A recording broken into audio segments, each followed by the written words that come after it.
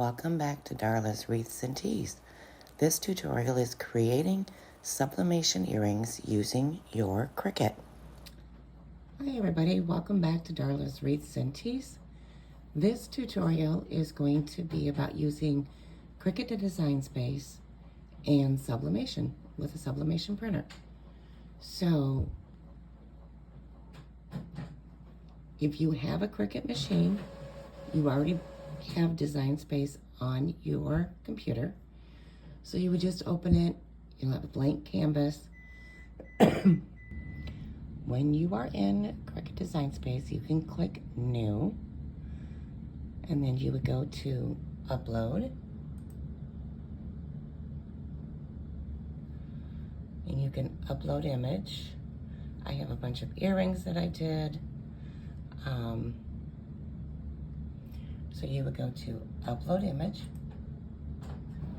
and then you're going to hit Browse, and then wherever you have your designs at, I have them all in my downloads. So we'll just take this one right here, because like I said, I have a whole bunch. Okay, so we'll just do that one there. It's going to look rather large. Hit Open. And then you're going to hit Continue.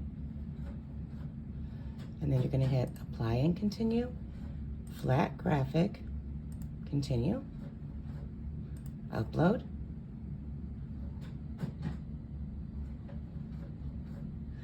And it's going to come in kind of big. As you can see, it comes in at 3.74 by 5.2. That is way too big. So you come up here.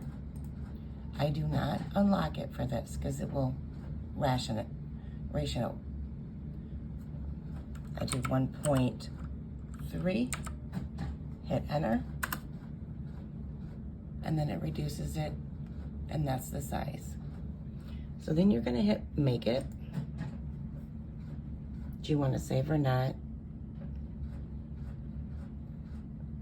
I'm not going to because I already have. But you would hit save and name your project.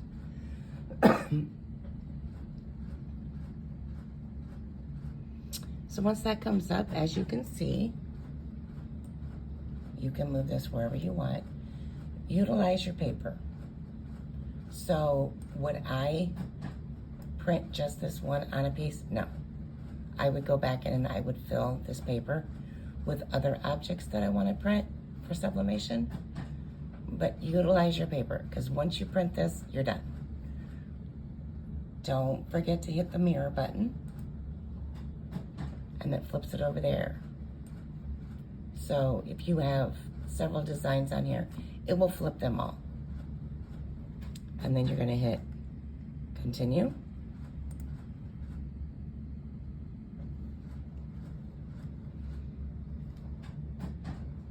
You're going to hit Send to Printer. You're going to hit Next. Now my sublimation printer is the 15,000. I have two printers, but my other one is having an issue. So right now I'm just using my 15,000. Take off the bleed. Turn on Use System Dialog.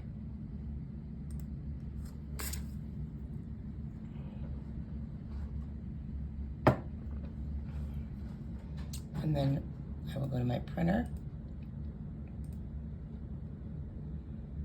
hit Preferences. Mine's going to feed from the back. I always do mine at Presentation Paper Matte. Standard, I change to High. Under More Options, take off the bidirectional. Turn on Mirror. Don't forget.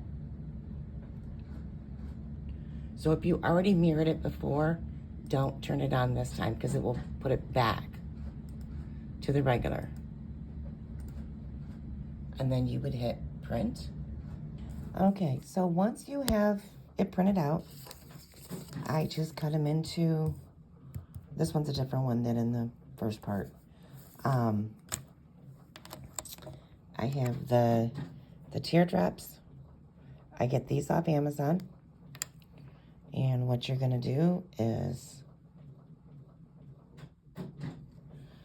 put it just on there, just so it covers. You can see the outer rim to it.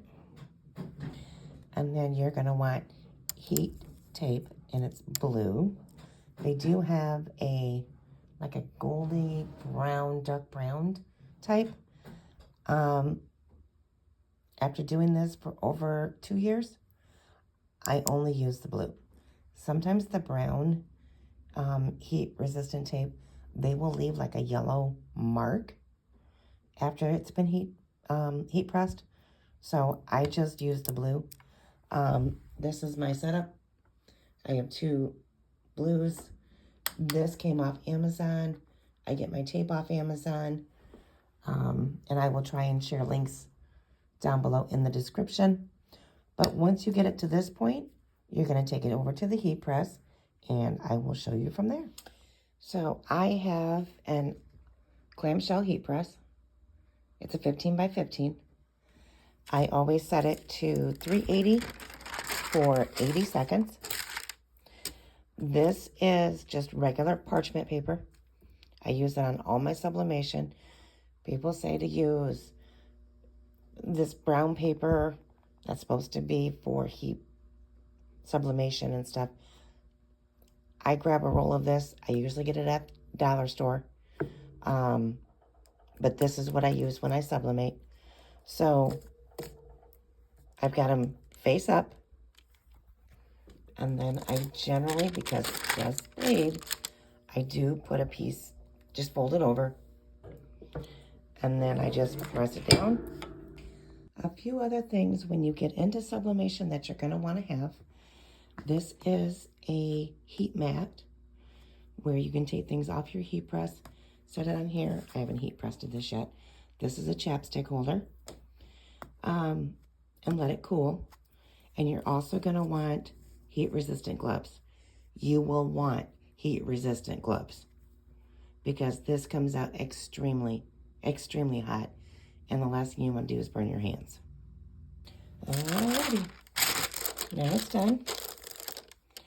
I just take them out, lay them there for a couple seconds.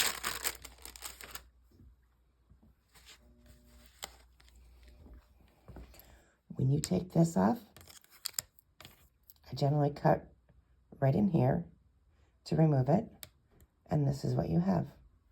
And then what you'll do is you'll flip it over. This one here.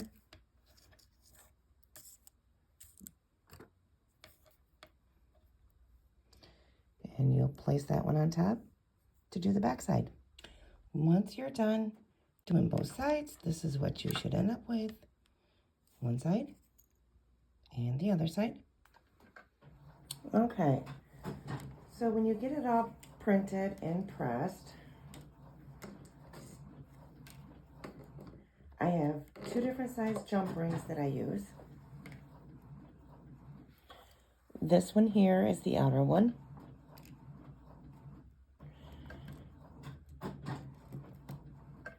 And then I also use a smaller one. So you're just taking the jump rings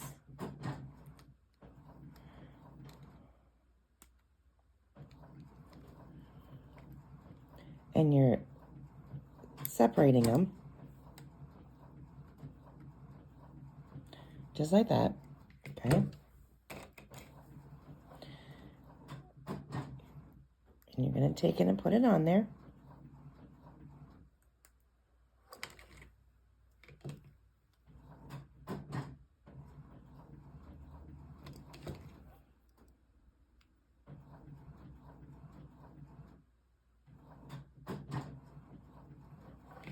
Then you have it like that. Then take your bigger jump ring,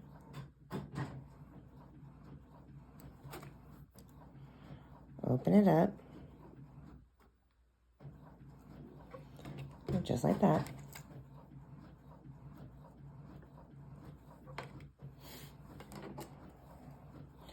So you have it a hook like that. Then I have a hoop that I'm going to put on there.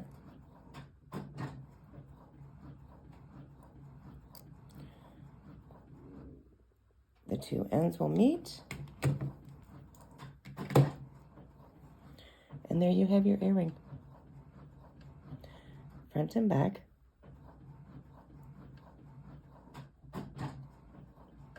Hope this tutorial is helpful for you. Any questions on sublimating, just let me know. Definitely make sure that you subscribe to my channel. I'm going to be doing some more sublimation tutorials here. So hopefully you enjoyed that.